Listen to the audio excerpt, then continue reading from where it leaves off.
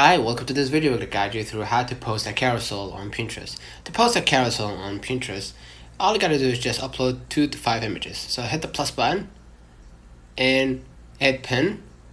Select 2 to 5 images. Let's say 1, 2, 3, 4, 5. Right?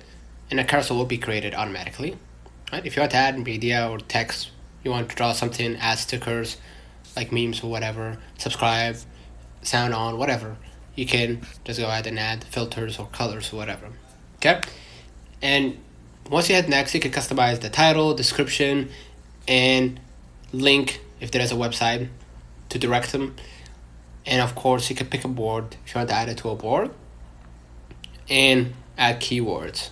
Okay, so yeah, you can add the destination link, right, where basically for each image, or set different links for each slide, or add one link if it's going to a website. So you can add products here also, right, and schedule, of course, so you can't miss the traffic. Consider liking this video, subscribe, and until next time, see you.